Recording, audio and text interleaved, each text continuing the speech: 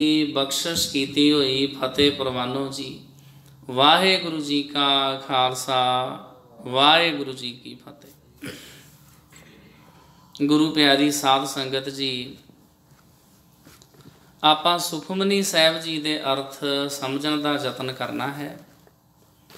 सुखमनी साहिब जी के बारे अलग अलग विद्वानां दे की विचार हैं, किन्हां गुरमुख प्यारियां संत कवियां ने। संत कवि इस वास्ते शब्द वरत्या है क्योंकि साध संगत जी गुरमुख प्यारे भाई वीर सिंह जी, उन्हां नूं संत कवि का खिताब प्राप्त है।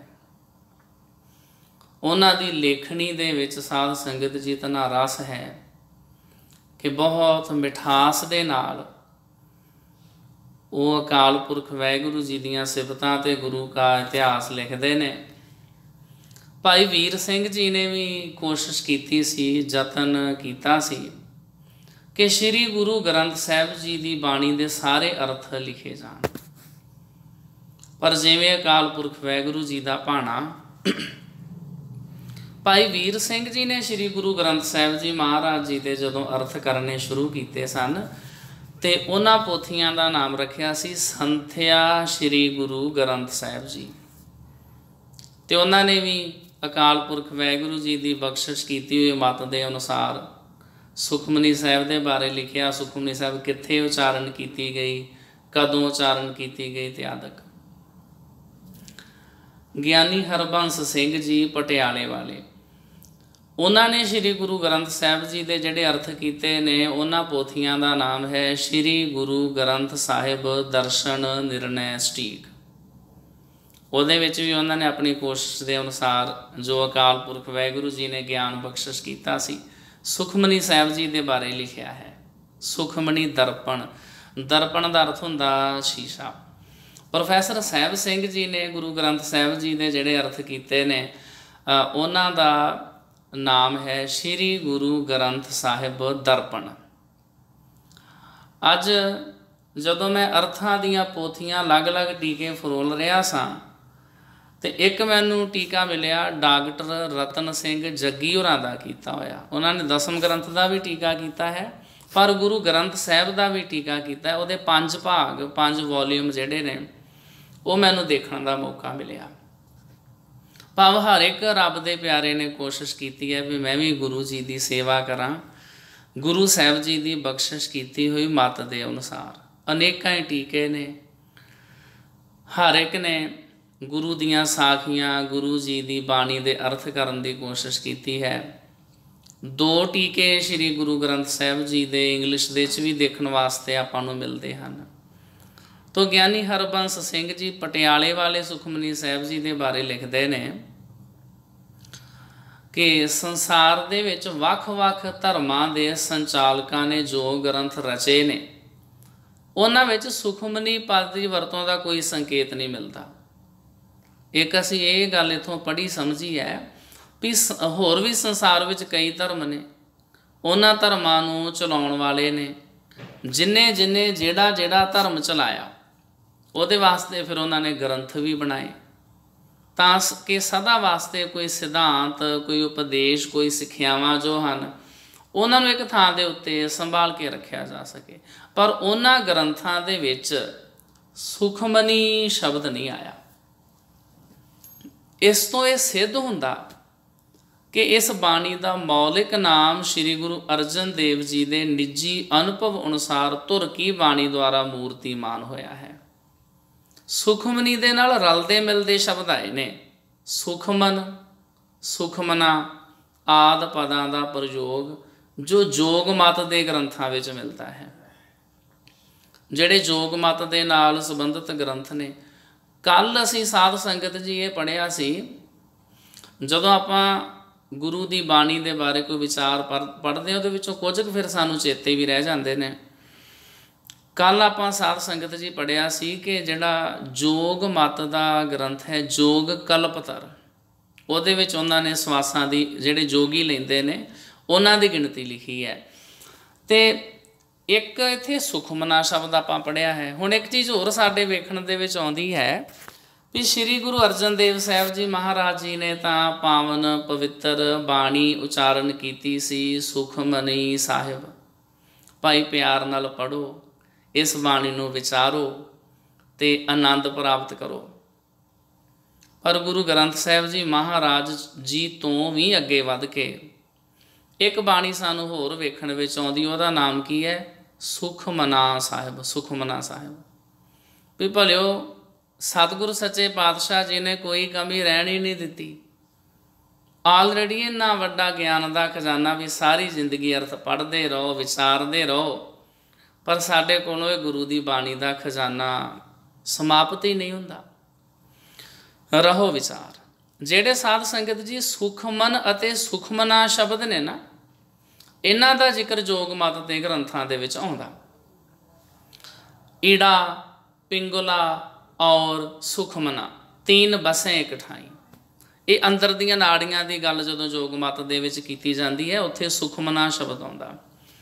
ਤੇ ਉਹ ਸ਼੍ਰੀ ਗੁਰੂ ਗ੍ਰੰਥ ਸਾਹਿਬ ਅਤੇ ਦਸਮ ਗ੍ਰੰਥ ਵਿੱਚ ਵੀ ਇਹ ਸ਼ਬਦ ਆਉਂਦੇ ਨੇ, ਪਰ ਇਹਨਾਂ ਸ਼ਬਦਾਂ ਦੇ ਅਰਥਾਂ ਦਾ ਸੁਖਮਨੀ ਦੇ ਅਰਥਾਂ ਨਾਲ ਕੋਈ ਸੰਬੰਧ ਨਹੀਂ, ਕਿਉਂਕਿ ਸੁਖਮਨ ਪਦ ਉਸ ਕਲਪਿਤ ਨਾੜੀ ਦਾ ਸੂਚਕ ਹੈ ਜੋ ਨੱਕ ਦੇ ਮੂਲ ਤੋਂ ਲੈ ਕੇ ਕੰਗਰੋੜ ਦੇ ਨਾਲ ਹੁੰਦੀ ਹੋਈ ਦਿਮਾਗ ਤੱਕ ਪਹੁੰਚਦੀ ਹੈ। ਉਸ ਨਾੜੀ ਨੂੰ ਕਹਿੰਦੇ ਨੇ ਸੁਖਮਨ, ਸੁਖਮਨ ਨਾੜੀ। ਤੇ ਗਿਆਨੀ ਜੀ ਲਿਖਦੇ ਵੀ ਇੱਕ ਕਲਪਤ ਨਾੜੀ, ਇੱਕ ਮੰਨੀ ਜਾਂਦੀ ਕਹੀ ਜਾਂਦੀ ਜਿਹੜੀ ਸੁਖਮਨ ਨਾੜੀ ਹੈ, ਉਸ ਦਾ ਜ਼ਿਕਰ ਜੋਗ ਦੇ ਗ੍ਰੰਥਾਂ ਦੇ ਵਿੱਚ ਆਇਆ ਹੈ। ਜਰਮਨੀ ਦੇ ਵਿਦਵਾਨ ਡਾਕਟਰ ਟਰੰਪ ਨੇ ਸੁਖਮਨੀ ਪਦ ਦੇ ਜੋਗ ਮਤ ਵਾਲੇ ਅਰਥ ਕਰਕੇ ਤਕੜਾ ਭੁਲੇਖਾ ਖਾਧਾ ਅਤੇ ਬਾਕੀ ਬਾਣੀ ਦੇ ਅਰਥ ਵੀ ਅਟਕਲ ਪਚੂ ਕੀਤੇ ਨੇ। ਜਿਵੇਂ ਹੁਣ ਇੱਥੇ ਜ਼ਿਕਰ ਆਇਆ ਡਾਕਟਰ ਟਰੰਪ ਦਾ, ਇਹ ਜਰਮਨੀ ਦਾ ਇੱਕ ਵਿਦਵਾਨ ਹੋਇਆ। ਇਸ ਨੇ ਗੁਰੂ ਗ੍ਰੰਥ ਸਾਹਿਬ ਜੀ ਮਹਾਰਾਜ ਜੀ ਦੇ ਬਾਰੇ ਪੜ੍ਹਿਆ, ਇਤਿਹਾਸ ਦੇ ਬਾਰੇ ਪੜ੍ਹਿਆ, ਫਿਰ ਜਿੰਨੀ ਕਿ ਇਹਦੀ ਸਮਝ ਵਿੱਚ ਆਈ ਇਹਨੇ ਆਪਣੇ ਹਿਸਾਬ ਦੇ ਨਾਲ ਆਪਣੀ ਰਾਏ ਦਿੱਤੀ। ਡਾਕਟਰ ਟਰੰਪ ਦਾ ਜ਼ਿਕਰ ਸਾਧ ਸੰਗਤ ਜੀ ਇੱਕ ਥਾਂ ਤੇ ਹੋਰ ਆਉਂਦਾ। ਡਾਕਟਰ ਟਰੰਪ ਨੇ ਸ਼੍ਰੀ ਗੁਰੂ ਗ੍ਰੰਥ ਸਾਹਿਬ ਜੀ ਨੂੰ ਭਾਰਤੀ ਜ਼ੁਬਾਨਾਂ ਦਾ ਖਜ਼ਾਨਾ ਲਿਖਿਆ ਹੈ ਵੀ ਹਿੰਦੁਸਤਾਨ ਦੇ ਵਿੱਚ ਬੋਲੀਆਂ ਜਾਣ ਵਾਲੀਆਂ ਲਗਭਗ ਸਾਰੀਆਂ ਹੀ ਭਾਸ਼ਾਵਾਂ ਦੇ ਸ਼ਬਦ ਗੁਰੂ ਗ੍ਰੰਥ ਸਾਹਿਬ ਜੀ ਦੇ ਵਿੱਚ ਆਏ ਹਨ। ਇਹ ਜਿਹੜਾ ਸਾਧ ਸੰਗਤ ਜੀ ਬਿਆਨ ਹੈ, ਇਹਨੂੰ ਆਪਾਂ ਬੜੇ ਮਾਣ ਦੇ ਨਾਲ ਪੜ੍ਹਦੇ ਹਾਂ ਵੀ ਡਾਕਟਰ ਟਰੰਪ ਨੇ ਵੇਖੋ ਜੀ ਕਿੰਨੀ ਸੋਹਣੀ ਗੱਲ ਲਿਖੀ ਹੈ। ਲਿਖਦਿਆਂ ਹੋਇਆਂ, ਵਿਚਾਰਦਿਆਂ ਹੋਇਆਂ ਕਿਧਰੇ ਕਿਸੇ ਕੋਲੋਂ ਕੋਈ ਉਨੀ ਕੀ ਹੋ ਵੀ ਜਾਂਦੀ ਹੈ, ਤੇ ਡਾਕਟਰ ਟਰੰਪ ਨੇ ਸੁਖਮਨੀ ਜਿਹੜੇ ਸ਼ਬਦ ਦੇ ਅਰਥ ਨੇ ਉਹ ਜੋਗ ਮਤ ਵਾਲੇ ਕਰ ਦਿੱਤੇ। ਇੱਥੇ ਇਸ ਨੂੰ ਭੁਲੇਖਾ ਲੱਗ ਗਿਆ। ਇੱਕ ਗ੍ਰੰਥ ਉਹਦਾ ਨਾਮ ਹੈ ਮਹਿਮਾ ਪ੍ਰਕਾਸ਼, ਉਹ ਲਿਖਿਆ ਹੋਇਆ ਹੈ ਭਾਈ ਸਰੂਪ ਦਾਸ ਭੱਲਾ ਜੀ ਦਾ। ਉਹਦੇ ਵਿੱਚ ਸੁਖਮਨੀ ਦੇ ਅਰਥ ਅਤੇ ਸ਼ੋਭਾ ਦਾ ਵਰਣਨ ਕੀਤਾ ਗਿਆ। ਮਹਿਮਾ ਪ੍ਰਕਾਸ਼ ਗ੍ਰੰਥ ਦੇ ਪੰਨਾ ਨੰਬਰ 364 ਦੇ ਉੱਤੇ ਸਾਧ ਸੰਗਤ ਜੀ ਭਾਈ ਸਰੂਪ ਦਾਸ ਭੱਲਾ ਜੀ ਲਿਖਦੇ ਨੇ ਸੁਖਮਨੀ ਸਾਹਿਬ ਦੇ ਬਾਰੇ। ਸੁਖਮਨੀ ਰਤਨ ਦੇਵ ਅਸਥੂਲ, ਤਾਮੋ ਚਲੇ ਅੰਮ੍ਰਿਤ ਕੇ ਕੂਲ, 24 ਪਹਿਲ ਚਲਕਤ ਗੁਣ ਭਾਲ, पहल पहल मुकत की खान, 24 सलोक हीरे संग लगे, पहल के रंग हीरे पगे, एह ज्ञान खान की कौस्तक मनी, शोभा श्री सतगुर मुख भनी। भाई ਸਰੂਪ ਦਾਸ ਭੱਲਾ ਜੀ ਲਿਖਦੇ ਨੇ ਵੀ ਮੈਨੂੰ ਇਹ ਤੇ ਇਸ ਤਰ੍ਹਾਂ ਲੱਗਦਾ ਸੁਖਮਨੀ ਸਾਹਿਬ ਜੀ ਦੇ ਵਿੱਚ ਜਿਹੜੀਆਂ 24 ਅਸ਼ਟਪਦੀਆਂ ਹਨ, ਮੈਨੂੰ ਤੇ ਲੱਗਦਾ ਜਿਵੇਂ ਉਹ ਝਰਨੇ ਫੁੱਟ ਰਹੇ ਹੋਣ ਨਿਰਮਲ ਸ਼ੁੱਧ ਅੰਮ੍ਰਿਤ ਦੇ, ਤੇ ਉਹਨਾਂ ਦੇ ਵਿੱਚ ਜਿਹੜੇ 24 ਸ਼ਲੋਕ ਨੇ ਉਹ ਮੈਨੂੰ ਲੱਗਦਾ ਜਿਵੇਂ ਹੀਰੇ ਹੋਣ, ਜਿਹੜੇ ਹੀਰੇ ਚਮਕ ਰਹੇ ਹੋਣ। ਗਿਆਨ ਦੀ ਖਾਨ ਹੈ ਸੁਖਮਨੀ ਸਾਹਿਬ। ਇਸ ਦੀ ਸ਼ੋਭਾ ਸਤਿਗੁਰੂ ਸੱਚੇ ਪਾਤਸ਼ਾਹ ਜੀ ਨੇ ਆਪਣੇ ਮੁਖ ਤੋਂ ਕੀਤੀ ਹੈ। ਵੱਖ-ਵੱਖ ਟੀਕਾਕਾਰਾਂ ਨੇ ਸੁਖਮਨੀ ਸ਼ਬਦ ਦੇ ਅਰਥ ਕੀਤੇ ਨੇ। ਜਿਵੇਂ ਸਾਧ ਸੰਗਤ ਜੀ ਫਰੀਦਕੋਟ ਵਾਲੀ ਜਿਹੜੀ ਸਟੀਕ ਹੈ, ਫਰੀਦਕੋਟ ਵਾਲਾ ਟੀਕਾ ਅਤੇ ਪ੍ਰੋਫੈਸਰ ਸਾਹਿਬ ਸਿੰਘ ਜੀ ਦਾ ਦਰਪਣ, ਇਹਨਾਂ ਦੋਨਾਂ ਦੇ ਵਿੱਚ ਸੁਖਮਨੀ ਦਾ ਅਰਥ ਕੀਤਾ ਗਿਆ ਸੁੱਖਾਂ ਦੀ ਮਣੀ। ਤੇ ਜਿਹੜਾ ਭਾਈ ਕਾਹਨ ਸਿੰਘ ਨਾਭਾ ਜੀ ਦਾ ਲਿਖਿਆ ਹੋਇਆ ਮਹਾਨ ਕੋਸ਼ ਆ, ਇਨਸਾਈਕਲੋਪੀਡੀਆ ਆਫ ਸਿੱਖ ਲਿਟਰੇਚਰ ਅਤੇ ਸ਼ਬਦਾਰਥ ਦੀਆਂ ਪੋਥੀਆਂ ਨੇ ਜਿਹੜੀਆਂ 4, ਉਹਨਾਂ ਦੇ ਵਿੱਚ ਸੁਖਮਨੀ ਬਾਣੀ ਦਾ ਅਰਥ ਕੀਤਾ ਗਿਆ ਮਨ ਨੂੰ ਆਨੰਦ ਦੇਣ ਵਾਲੀ ਇੱਕ ਬਾਣੀ। ਤੇ ਸੰਪਰਦਾਈ ਪੋਥੀ ਜਿਹੜੀ ਹੈ ਅਮੀਰ ਭੰਡਾਰ ਗਿਆਨੀ ਕਿਰਪਾਲ ਸਿੰਘ ਜੀ ਨੇ ਜਿਹੜਾ ਟੀਕਾ ਕੀਤਾ, ਉਹਦੇ ਵਿੱਚ ਸੁਖਮਨੀ ਸਾਹਿਬ ਦਾ ਅਰਥ ਕੀਤਾ ਸੁਖ ਮਨ ਈ, ਮਨ ਨੂੰ ਸੁਖ ਦੇਣ ਹਾਰ। ਜੇ ਨਿਰਪੱਖ ਹੋ ਕੇ ਧੀਰਜ ਨਾਲ ਇਸ ਸ਼ਬਦ ਦੀ ਪਛਾਣ ਕਰੀਏ ਤਾਂ ਇਹ ਪਦ ਸੁਖ ਮਨੀ ਦਾ ਸੰਧੀ ਬੋਧਕ ਹੈ। ਸੁਖ ਪਦ ਦੇ ਅਰਥ ਨੇ ਹਰ ਪ੍ਰਕਾਰ ਦੇ ਸੁਖ, ਅਤੇ ਇਹਦੇ ਭਾਵਕ ਅਰਥ ਨੇ ਆਤਮਿਕ ਸੁਖ ਆਨੰਦ। ਤੇ ਮਨੀ ਪਦ ਦੇ ਅਰਥ ਹਨ ਮਣੀ ਭਾਵ ਰਤਨ, ਅਤੇ ਭਾਵਕ ਅਰਥ ਨੇ ਪ੍ਰਕਾਸ਼। ਗੁਰਬਾਣੀ ਦੇ ਵਿੱਚ ਮਨੀ ਪਦ ਦੀ ਵਰਤੋਂ ਕਿਰਿਆ ਰੂਪ ਵਿੱਚ ਵੀ ਕੀਤੀ ਮਿਲਦੀ ਹੈ। ਜਿਨ ਜਾਨ ਸੁਣੀ ਮਨੀ ਹੈ ਜਿਨ ਜਾਨ, ਇੱਥੇ ਬਾਣੀ ਦਾ ਨਾਮ ਸੁਖ ਮਣੀ ਨਾਣੇ ਦੇ ਨਾਲ। ਤੇ ਸਾਧ ਸੰਗਤ ਜੀ, ਗੁਰੂ ਗ੍ਰੰਥ ਸਾਹਿਬ ਜੀ ਦੇ ਅੰਗ ਨੰਬਰ 977 ਦੇ ਉੱਤੇ ਸ਼ਬਦ ਇਹ ਕਿਰਿਆ ਰੂਪ ਦੇ ਵਿੱਚ ਆਇਆ। ਜਿਨ੍ਹਾਂ ਨੇ ਗੁਰੂ ਦੀ ਬਾਣੀ ਨੂੰ ਸੁਣ ਲਿਆ ਅਤੇ ਸੁਣ ਕੇ ਮਨੀ ਭਾਵ ਮੰਨ ਲਈ। ਜਿਨ ਜਨ ਸੁਣੀ ਮਨੀ ਹੈ ਜਿਨ ਜਨ, ਤਿਸ ਜਨ ਕਹਿ ਹੋਂ ਕੁਰਬਾਨੰਤੀ। ਮੈਂ ਉਹਨਾਂ ਤੋਂ ਕੁਰਬਾਨ ਜਾਂਦਾ, ਉਹਨਾਂ ਤੋਂ ਬਲਿਹਾਰ ਜਾਂਦਾ ਹਾਂ ਜਿਹੜੇ ਸਤਿਗੁਰੂ ਜੀ ਦੀ ਪਾਵਨ ਪਵਿੱਤਰ ਅੰਮ੍ਰਿਤ ਬਾਣੀ ਸੁਣ ਕੇ ਉਸ ਨੂੰ ਮੰਨ ਲੈਂਦੇ ਨੇ। ਗੁਰੂ ਗ੍ਰੰਥ ਸਾਹਿਬ ਜੀ ਦੇ ਅੰਗ ਨੰਬਰ 1008 ਦੇ ਉੱਤੇ ਬਚਨ ਹੈ, ਬਿਸ਼ਟਾ ਮੂਤਰ ਖੋਦ ਤਿਲ ਤਿਲ, ਮਨ ਨਾ ਮਨੀ ਵਿਪਰੀਤ। ਪੰਜਾਬੀ ਭਾਸ਼ਾ ਦੇ ਵਿੱਚ ਨੰਨਾ ਅਤੇ ਨਾਣਾ ਦਾ ਮਿਸ਼ਰਤ ਉਚਾਰਨ ਇਲਾਕਾਈ ਪ੍ਰਭਾਵ ਕਰਕੇ ਪ੍ਰਚਲਿਤ ਆ। ਕੋਈ ਮਨੀ ਨੂੰ ਮਣੀ ਤੇ ਕੋਈ ਮਣੀ ਨੂੰ ਮਨੀ ਉਚਾਰਦਾ। ਨੰਨਾ ਤੇ ਨਾਣਾ ਇਹ ਅਲੱਗ-ਅਲੱਗ ਇਲਾਕਿਆਂ ਦੇ ਵਿੱਚ ਅਲੱਗ-ਅਲੱਗ ਇਹਦਾ ਉਚਾਰਨ ਆ। ਤੇ ਸ੍ਰੀ ਗੁਰੂ ਗ੍ਰੰਥ ਕੋਸ਼ ਦੇ ਵਿੱਚ ਮਨੀ ਤੇ ਮਣੀ ਦੇ ਅਰਥ ਇਸ ਤਰ੍ਹਾਂ ਦਰਜ ਨੇ। ਫਾਰਸੀ ਭਾਸ਼ਾ ਦੇ ਵਿੱਚ ਮਨ ਈ, ਮੈਂ ਪਨ, ਅਹੰਕਾਰ ਤੇ ਮਨੌਤ ਇਹ ਅਰਥ ਆਏ ਨੇ। ਅਗਰ ਅਸੀਂ ਸ਼ਬਦ ਨੰਨੇ ਨਾਲ ਬੋਲਦੇ ਹਾਂ ਨਾ ਜੀ, ਮਨੀ ਫਾਰਸੀ ਭਾਸ਼ਾ ਦਾ ਸ਼ਬਦ, ਇਹਦਾ ਅਰਥ ਹੋ ਜਾਂਦਾ ਅਹੰਕਾਰ ਜਾਂ ਮਨੌਤ। ਗੁਰੂ ਸਾਹਿਬ ਦੀ ਬਾਣੀ ਵਿੱਚ ਵੀ ਜ਼ਿਕਰ ਆਇਆ, ਭਰਮ ਵਿਆਪੀ ਅਹੰਗ ਮਨੀ। ਜਿਹੜਾ ਮਨੁੱਖ ਆਪਣੇ ਆਪ ਨੂੰ ਹੀ ਮੰਨ ਕੇ ਬਹਿ ਜਾਂਦਾ, ਅਹੰਗ ਮਨੀ, ਮਨੀ ਮਤਲਬ ਮੰਨ ਲਿਆ ਜਿਹਨੇ, ਮੈਂ ਪਨ, ਹੰਕਾਰ, ਆਪਣਾਪਨ, ਬਹੁਤ ਸਾਰੀ ਲੁਕਾਈ, ਭਰਮ ਮੰਮੇ ਨੂੰ ਸਿਹਾਰੀ ਅਰਥ ਹੋ ਜਾਏਗਾ ਭਰਮ ਦੇ ਵਿੱਚ ਵਿਆਪੀ ਹੋਈ ਹੈ, ਅਤੇ ਅਹੰਗ ਮਨੀ ਆਪਣੇ ਆਪ ਨੂੰ ਹੀ ਲੋਕੀ ਮੰਨ ਕੇ ਬੈਠੇ ਨੇ। ਅਸੀਂ ਗੁਰੂ ਦੀ ਜਾਂ ਕਿਸੇ ਹੋਰ ਦੀ ਘੱਟ ਮੰਨਦੇ ਹਾਂ, ਬਹੁਤਾ ਅਸੀਂ ਆਪਣੇ ਆਪ ਦੀ ਮੰਨਦੇ ਹਾਂ। ਅਸੀਂ ਇਹ ਸੋਚਦੇ ਹਾਂ ਵੀ ਜੋ ਕੁਝ ਬਸ ਉਹ ਮੈਂ ਹੀ ਮੈਂ ਹਾਂ। ਤੋ ਜਿਹੜਾ ਮਨੀ ਸ਼ਬਦ ਆ ਫਾਰਸੀ ਭਾਸ਼ਾ ਦਾ ਸ਼ਬਦ ਆ। ਗੁਰੂ ਗ੍ਰੰਥ ਸਾਹਿਬ ਵਿੱਚ ਜ਼ਿਕਰ ਆਇਆ, ਭਰਮ ਵਿਆਪੀ ਅਹੰਗ ਮਨੀ। ਫਾਰਸੀ ਭਾਸ਼ਾ ਦੇ ਵਿੱਚ ਜਿਹੜਾ ਮਨੀ ਸ਼ਬਦ ਹੈ ਇਹਨੂੰ ਮਨੁਸ਼ ਹਸਤੀ ਵੀ ਕਹਿੰਦੇ ਨੇ। ਮਨੀ ਦਾ ਅਰਥ ਹੁੰਦਾ ਮੇਰੇ ਹੈ, ਹਾਜ਼ਰਾ ਹਜੂਰ ਦਰ ਪੇਸ਼ ਤੂੰ ਮਨੀ। ਇਹ ਫਾਰਸੀ ਦਾ ਸ਼ਬਦ ਹੈ। ਇਹ ਜਿਹੜੀ ਗੁਰੂ ਗ੍ਰੰਥ ਸਾਹਿਬ ਜੀ ਦੀ ਪੰਕਤੀ ਹੈ, ਇਹਦੇ ਵਿੱਚ ਮਨੀ ਸ਼ਬਦ ਦਾ ਅਰਥ ਆਇਆ ਮੇਰੇ ਲਈ, ਮੇਰੇ ਵਾਸਤੇ। ਹੇ ਅਕਾਲ ਪੁਰਖ ਵਾਹਿਗੁਰੂ ਜੀ, ਤੁਸੀਂ ਮੇਰੇ ਵਾਸਤੇ ਹੋ, ਤੁਸੀਂ ਮੇਰੇ ਹੋ। ਜਿਵੇਂ ਆਪਾਂ ਕਈ ਵਾਰੀ ਇੱਕ ਹੁਕਮਨਾਮਾ ਸਾਹਿਬ ਸਰਵਣ ਕਰਦੇ ਹੁੰਦੇ ਹਾਂ, ਆਪਣਾ ਗੁਰੂ ਧਿਆਏ ਸੁਖ ਸਹਿਜ ਸੇਤੀ ਘਰ ਜਾਏ, ਉੱਥੇ ਸਤਿਗੁਰੂ ਜੀ ਸਾਨੂੰ ਇਹ ਸਮਝਾਉਣ ਦਾ ਯਤਨ ਕਰਦੇ ਆ ਵੀ ਪਰਮਾਤਮਾ ਜੀ ਤੁਹਾਡੇ ਤੋਂ ਬੇਗਾਨੇ ਨਹੀਂ ਨੇ, ਉਹ ਤੁਹਾਡੇ ਆਪਣੇ ਨੇ, ਜੋ ਗੁਰੂ ਸਾਹਿਬ ਨੇ ਇੱਥੇ ਸਮਝਾਇਆ। ਹਾਜ਼ਰਾ ਹਜੂਰ ਦਰ ਪੇਸ ਤੂੰ ਮਨੀ। ਤੋ ਸਾਧ ਸੰਗਤ ਜੀ ਆਪਾਂ ਇੱਥੋਂ ਤੱਕ ਇਹ ਸਮਝਿਆ ਵੀ ਜੇ ਅਸੀਂ ਕਹੀਏ ਨਾ ਮਨੀ ਨੰਨੇ ਵਾਲਾ, ਤੇ ਉਹਦਾ ਅਰਥ ਆ ਜਾਂਦਾ ਹੈ ਮੈਂਪਨ, ਅਹੰਕਾਰ, ਮਨੀ ਦਾ ਅਰਥ। ਤੇ ਦੂਸਰਾ ਇਹਦਾ ਅਰਥ ਆ ਜਾਂਦਾ ਮੇਰੇ ਹੈ, ਮੇਰੇ ਆਪਣੇ ਹੈ ਪਰਮਾਤਮਾ ਜੀ। ਇਹ ਦੋ ਅਰਥ ਨੇ ਮਨੀ ਦੇ। ਤੇ ਜੇ ਆਪਾਂ ਨਾਣਾ ਬੋਲੀਏ, ਮਣੀ ਕਹੀਏ, ਫਿਰ ਇਹ ਸ਼ਬਦ ਬਣ ਜਾਂਦਾ ਸੰਸਕ੍ਰਿਤ ਦਾ। ਇੱਕ ਨਿੱਕਾ ਜਿਹਾ ਬਸ ਉਹਦਾ ਉਚਾਰਨ ਦੇ ਨਾਲ ਹੀ ਜਿਹੜਾ ਨਾ ਉਹ ਭਾਸ਼ਾ ਬਦਲ ਜਾਂਦੀ ਆ।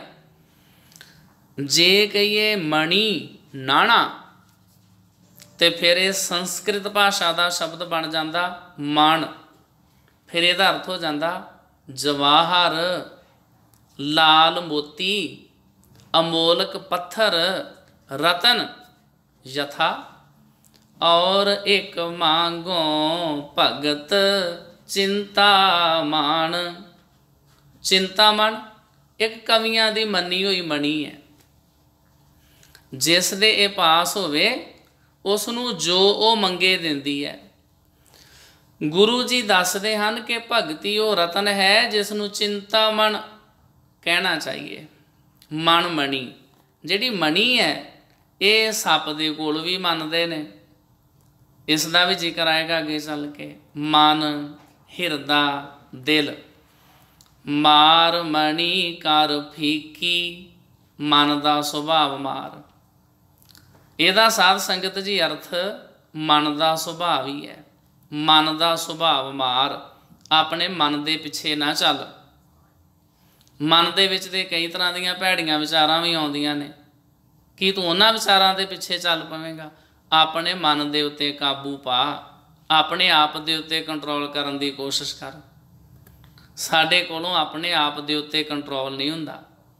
ਅਸੀਂ ਦੂਜਿਆਂ ਨੂੰ ਆਪਣੇ ਕਾਬੂ ਵਿੱਚ ਯਤਨ ਕਰਨ ਦਾ ਕੋਸ਼ਿਸ਼ ਕਰਦੇ ਹਾਂ, ਯਤਨ ਕਰਨੇ ਆ। ਸਾਡੇ ਕੋਲੋਂ ਤੇ ਸਾਡੀਆਂ ਜਿਹੜੀਆਂ ਆਪਣੀਆਂ ਅੱਖਾਂ ਨੇ ਇਹਨਾਂ ਦੇ ਉੱਤੇ ਕੰਟਰੋਲ ਨਹੀਂ ਹੁੰਦਾ, ਇਹ ਭੈੜਾ ਨਾ ਦੇਖਣ। ਸਾਡੇ ਕੋਲੋਂ ਤੋਂ ਆਪਣੇ ਕੰਨਾਂ ਦੇ ਉੱਤੇ ਕੰਟਰੋਲ ਨਹੀਂ ਹੁੰਦਾ ਵੀ ਇਹ ਮਾੜਾ ਨਾ ਸੁਣਨ। ਕਿਉਂ ਨਹੀਂ ਹੁੰਦਾ? ਕਿਉਂਕਿ ਇਹਨਾਂ ਸਾਰੇ ਗਿਆਨ ਇੰਦਰੀਆਂ ਦਾ ਜਿਹੜਾ ਕੰਟਰੋਲਰ ਹੈ ਉਹ ਹੈ ਮਨ।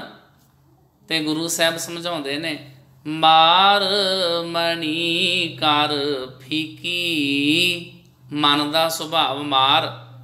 ਮਨ ਦੇ ਸੁਭਾਵ ਨੂੰ ਫਿੱਕਾ ਹੋਣ ਦੇ, ਗੂੜਾ ਨਾ ਹੋਣ ਦੇ। ਦੂਜਾ ਅਰਥ ਹੈ ਮਣੀ ਦਾ ਅਹੰਕਾਰ। ਮਣੀ ਮਿਟਾਏ ਜੀਵਤ ਮਰੈ, ਗੁਰ ਪੂਰੇ ਉਪਦੇਸ਼। ਇੱਥੇ ਹੁਣ ਮਣੀ ਦਾ ਅਰਥ ਆ ਗਿਆ ਜੀ ਹੰਕਾਰ। ਕੋਈ ਮਨੁੱਖ ਆਪਣੇ ਹੰਕਾਰ ਨੂੰ ਮਾਰ ਦੇਵੇ ਉਹ ਜਿਉਂਦਾ ਹੀ ਮਰ ਜਾਂਦਾ। ਭਾਵ ਉਹ ਵੇਖਣ ਨੂੰ ਜਿਉਂਦਾ ਲੱਗਦਾ ਪਰ ਹਉਮੈ ਹੰਕਾਰ ਵਾਲੇ ਪਾਸਿਓਂ ਮਰਿਆ ਹੁੰਦਾ। ਇਸ ਕਿਵੇਂ ਹੁੰਦਾ? ਗੁਰੂ ਜੀ ਦਾ ਉਪਦੇਸ਼ ਲੈ ਕੇ। ਤੀਸਰਾ ਅਰਥ ਮਣੀ ਦਾ ਹੈ ਰਤੀ। ਯਥਾ ਹਰ ਵਾਪਾਰ ਸੇ ਜਨ ਲਾਗੇ, ਜਿਨਾ ਮਸਤਕ ਮਣੀ ਵੱਡ ਭਾਗੋ ਰਾਮ। ਮਣੀ ਦਾ ਅਰਥ ਹੋ ਗਿਆ ਰਤੀ। ਰਤੀ ਦਾ ਭਾਵ ਰੰਗੀ ਹੋਈ। ਅਕਾਲ ਪੁਰਖ ਵਾਹਿਗੁਰੂ ਜੀ ਦੇ ਨਾਮ ਦੇ ਵਪਾਰ ਦੇ ਵਿੱਚ ਉਹ ਲੱਗਦੇ ਨੇ ਜਿਨ੍ਹਾਂ ਦਾ ਮਸਤਕ ਪ੍ਰਭੂ ਜੀ ਦੇ ਨਾਮ ਰੰਗ ਦੇ ਵਿੱਚ ਰੰਗਿਆ ਜਾਵੇ, ਜਿਨ੍ਹਾਂ ਦੇ ਮਸਤਕ ਦੇ ਉੱਤੇ ਨਿਸ਼ਾਨ ਹੋਵੇ, ਜਿਹੜੇ ਰੰਗੇ ਜਾਣ। ਰਤੀ ਹਰ ਵਾਪਾਰ ਸੇ ਜਨ ਲਾਗੇ, ਜਿਨ੍ਹਾਂ ਮਸਤਕ ਮਣੀ ਵੱਡ ਭਾਗੋ ਰਾਮ। ਯਥਾ ਮਸਤਕ, ਯਥਾ ਦਾ ਅਰਥ ਹੁੰਦਾ ਇਸ ਤਰ੍ਹਾਂ ਭਾਈ, ਇਸ ਤਰ੍ਹਾਂ ਗੁਰਬਾਣੀ ਦਾ ਪ੍ਰਮਾਣ ਆਇਆ। ਯਥਾ ਮਸਤਕ ਪਦਮ ਦੁਆਲੈ ਮਣੀ। ਮਾਸ ਦੀ ਬੋਟੀ ਇੱਥੇ ਅਰਥ ਹੈ ਮਣੀ ਦਾ। इत्थे भी रतन अर्थ कर लेंदे ने। मस्तक पदम दुआले मनी, अकाल पुरख वाहिगुरू परमात्मा जी ने जिहड़ी सानू मणी बख्शिश कीती है, मणियां तो भी श्रेष्ठ जिहड़ा दिमाग बख्शिश कीता, जिस दे विच सोचदे समझने आ। पंजवां अर्थ है करना मैत्री आदि दैवी बिरतियाँ। मस्तक पदम दुआले मणि, आम प्रसिद्ध मणि दे अर्थ वो रतन आ जो खास किस्म के सप्पां दे सिर विच मन्नी गई है। रात्रि समय सप इसनूं सिर तो कढ़ के खेडदा दसदे ने, यह हनेरे दे विच चमकदी है। दूसरी बात यह है कि सारी किस्म के रतन चानणे विच चमकते हैं, पर कई ऐसे भी हैं जो हनेरे विच चमक पैंदे ने। मणि नाम इस किस्म के रतन का है। दोनों ख्यालों विच मणि विच चमक का विशेष गुण मन्निया होने करके भागशील, जाशतपशील, प्रतापवान पुरुष के मत्थे ते मणि का मुहावरा पै गया कि मणि वांगू इस दे मस्तक ते चमक है। जिहड़ा बंदा भागशील होवे, जिहदे भाग बड़े वड्डे होण, जाशतपशील होवे, प्रतापवान होवे, उहदे वास्ते लोकी शब्द वरतदे ने इहदे ते भाई मस्तक ते बड़ी चमक है, इहदे ते मस्तक दे विच मणि है। ते श्री राग दे आरंभक शब्द विच भी गुरु बाबा जी ने मणि का प्रयोग किया। इहदे अर्थ आपां सवेर दे दीवाना विच ऑलरेडी पढ़ चुके हैं। जिथे सतगुरु सच्चे पातशाह समझाउंदे ने ना, मोहनी मुख मणि सोहै, करे रंग पसाओ, मत देख फूला विसरै, तेरा चित ना आवे नाओ। हे अकाल पुरख वाहिगुरू परमात्मा जी मेरे ते कृपा करियो।